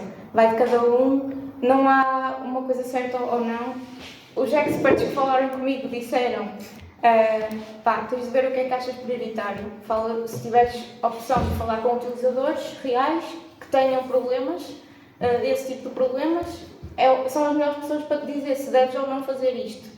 Claro que ninguém vai conseguir ter o produto 100% acessível até ao dia 28 de junho deste ano, mas há prioridades e as prioridades vêm de cada um, não é? Sim, porque eles têm muito extenso. Eu posso subir aqui e falar sobre... Nós podíamos ter falado 2 horas sobre os critérios da LCAG e o que é mais interessante. Está na internet. 2 horas não escreve. Façam um resumo. Exato, não escreva. Mas ela quer uma resposta concreta. O rigor e as pessoas dizem, há áreas de negócios específicas e há setores específicos, isso está escrito e está na lei e está nos sumários da explicação. Eu sei que pode ser chato, mas pelo menos eu aconselho sempre a leitura da lei e da portaria. Exatamente. Podes excluir ler a norma europeia, a 301 qualquer coisa, podes ir diretamente ao decreto de lei e à portaria, que vai dizer que se aplica a produtos e serviços de empresas que tenham determinado volume de negócios anual. Estão descritos exatamente quais é que são os serviços, quais é que são os produtos. E importa talvez para a prioridade, já que o grande empurrão é legal, por cerca de 28 de junho vão ser todas as novas funcionalidades, todos os novos fluxos, no fundo todos os novos ecrãs que surjam no produto digital, e que depois há uma margem de mais 5 anos até 2030 para trabalhar o produto que já existia, ou seja, o legacy todo. Se bem que para 28 de junho também contam os caminhos que nós percorremos para chegar às novas funcionalidades. Portanto, de modo grosso, sim. Serviço público, telecomunicações, acho que isso vai ser prioritário na parte pública. Claro. O serviço público já é da lei anterior, já tem que estar. Sim. Tem que estar. Vai estar. Fiscalização, é o que a Maria João falou aqui, que pouca fiscalização acontece aqui. Então, a fiscalização vai depender da área de negócio, também está escrito quem é que fiscaliza e como é que vão ser feitas as auditorias e quem é que vão ser as equipas. Provavelmente ainda há gente também no Estado a trabalhar sobre isso, talvez se o governo durar mais de um ano eles consigam pôr equipas. Acho que provavelmente quem viu as jornadas percebeu a confusão que para ali vai ainda no setor público, mas sobre a quem é que se aplica, eu acho que é mesmo importante ler a lei. Sim. Depois temos outra pergunta da Patrícia. Qual é a vossa opinião sobre selos e certificados? Se é um incentivo sustentável e produtivo ou se causará nos stakeholders uma sensação de suficiência e de que está feito? E criar então uma menor monitorização regular? É o checklist. É o checklist. A acessibilidade não se aplica uma vez, assim, não é um carimbo. Hoje pode estar, amanhã não está. Sim, mas está provavelmente como o RGPD, não é? Está feito, está bom. Exato. É checklist, por isso vai ter a mesma conversa que nós já tivemos há bocado, que vai partir de nós. Sim. E vai dar uma falsa segurança, não é? Para os CEOs, de que somos acessíveis porque temos o certificado. Não vou dizer. Nem os overlays, né, de acessibilidade nos sites, assim. Às vezes, parece que já que tem, então somos acessíveis, mas já... Isto tem algum valor, ou seja, isto é um Acho bocadinho que como uma já- carta, acho que já tem sim, alguns- é um bocadinho como uma carta de condução. Não significa que nós sejamos bons condutores. Mas parece que tem Significa pesquisas- que fizemos uma formação e que naquele dia cumprimos as regras todas que alguém Mas achou. parece que há pesquisas em que as pessoas têm dificuldade de interagir com esses overlays. Às vezes eles podem... Há uma empresa cujo nome eu não vou pronunciar porque gostava de não ser processado, que é menos do que excelente, de overlays. Isso é um problema, porque isso aí é que é mesmo a silver bullet, comprimido mágico. Quero explicar. A própria Comissão Europeia colocou isso como não Pois, quero considerem explicar overlay como só acessibilidade. o que é o overlay para alguém que possa não saber o que é. É quando entras num site, por exemplo, geralmente tem sites de educação, Moodle e afins, né? Que consegues aumentar a fonte, consegues ouvir os textos, né, do site, consegues também. É um botão mágico. E a partir do widget também, Sim. é um widget, o botão que fica Exato. ali e faz Consegue- o site acessível. Exato, trocar o contraste, as cores, só que às vezes é difícil de manusear esses próprios overlays. Sim, e que o que faz, e atenção, acho que acho que nesta sala é muito interessante este ponto, desta perspectiva sobre isso, que é esse botão vai fazer com que o site tenha um aspecto infinitamente pior do que um site bem desenhado. Porque um site acessível e um site bonito podem ser o mesmo, mas um site que não é assim muito bom e que é difícil de usar e que a pessoa vai clicar no botãozinho e aquilo fica tudo estragado, fica feio, genuinamente feio, e não há necessidade disso. E o que é que isso diz da marca? Se calhar diz da marca que, preocupam-se com compliance, ou preocupam-se com os utilizadores e encontraram esta solução que existe no mercado, fantástico. Mas se é verdade que não resolve tudo, dizer que o design bom e o que o design singular e espetacular destaca uma marca, o design catastroficamente feio também não ajuda, não é? E portanto a marca que não precisa disso, eu acho que fica valorizada. Mas diretamente, tecnicamente não resolve e não conta para cumprimento da lei. Sim, é um penso rápido, que às vezes pode dar jeito, mas não deixa de ser um penso rápido, não vai à raiz do problema. Tens mais perguntas? Depois temos uma última questão, sim, que acho que é a Iva Rajão. Em termos práticos, qual o vosso processo de validação da acessibilidade dos sistemas, produtos web e mobile? A nível web há bastantes sites em que podemos colocar lá os links e aparece relatórios. A nível de mobile já dificulta um bocadinho o processo. O mobile dava uma conversa do dia inteiro. Sim, mobile é... O web, se talvez começar. Pelo menos em Android há uma ferramenta do Google que ajuda a capturar flows e iOS não tenho ideia. iOS também existem, sim. Há pagos e há free, não são incríveis. Para o web, talvez começar pelo Access Monitor, pelo menos o mínimo. Mas há muitas extensões. Também não quero estar aqui a puxar ferramentas da altura. Mas no mínimo ver pelo menos as que estão recomendadas no site da AMA e experimentá-las. Eu pensei que foi por aí que comecei, foi experimentar 20, 30 extensões. Mas no site da AMA. Da AMA, ok. No site então mais ali oficial, né? Sim, Ao invés de... Tem informações de selo pronto. Porque também tem que tomar cuidado, às vezes tem esses plugins do Figma ou algumas ferramentas ali mais alternativas, que é interessante, mas às vezes pode causar uma falsa sensação de que, ou cair no problema do contraste, né? Que é sempre contraste. Com as duas ressalvas, acho que há duas ressalvas principais nessa questão dessas ferramentas. A primeira é, se uma pessoa não perceber do tema ao mínimo, aquilo vai dizer muita coisa e não faz sentido nenhum e não ajuda nada. A segunda é, efetivamente, não apanha tudo, não descobre tudo, não percebe tudo e o computador literalmente não compreende o que é o processo.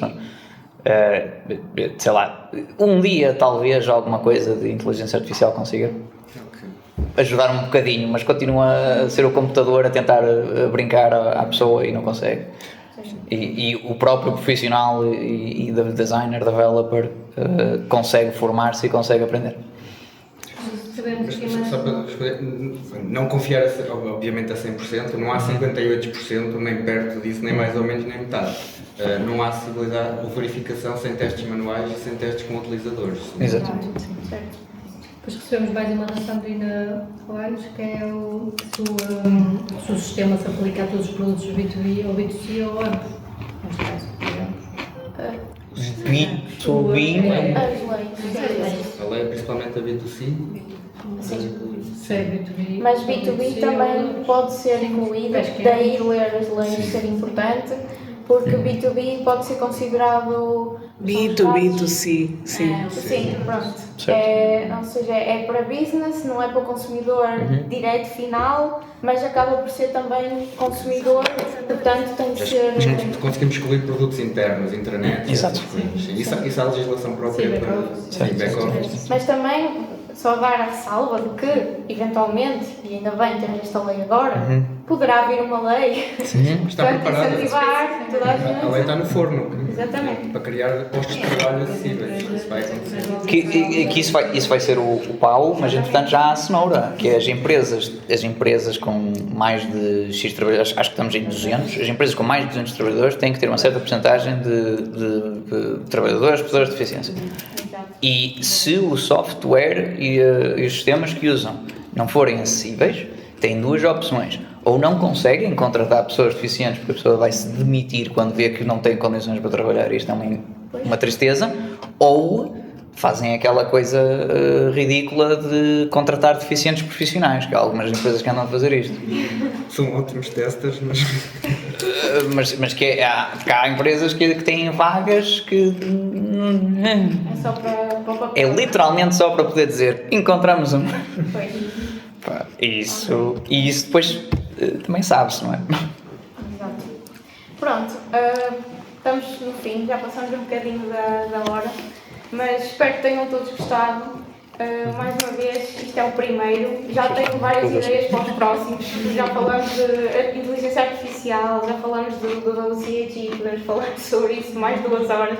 Pronto, temos muitas ideias, portanto, para o pessoal que ainda não se inscreveu naquele link, eu se calhar depois vou fazer uma coisa mais profissional, mas continuem a se inscrever no link, continuem a seguir as Ladies at UX, vejam o sítio, acho que temos aqui uma parceria para continuar, vejam o meu LinkedIn, Patrícia Dias, e eu vou publicar tudo aquilo que tiver a organizar por lá, portanto até ter alguma coisa mais oficial vai ser por lá. Pronto, fiquem atentos às novidades, obrigada. Quero agradecer, são os dois últimos agradecimentos para fechar a transmissão, à Marta Fonseca, que nos ajudou com a transmissão, com o material todo, às Ladies at UX, obviamente, à Tânia, à Ruth e à Liliana, que nos ajudaram com as publicações e os cartazes e as divulgações e o LinkedIn, etc. E à Marta do Sítio Work de Gaia, este em especial de Gaia, muito giro, um prédio incrível. Tem aqui uma sala incrível e tem muitas outras, tem vários andares este sítio, portanto, se precisarem de um sítio de cowork, venham aqui, falem, vejam o site. E é isso. Obrigada a todos. Obrigada.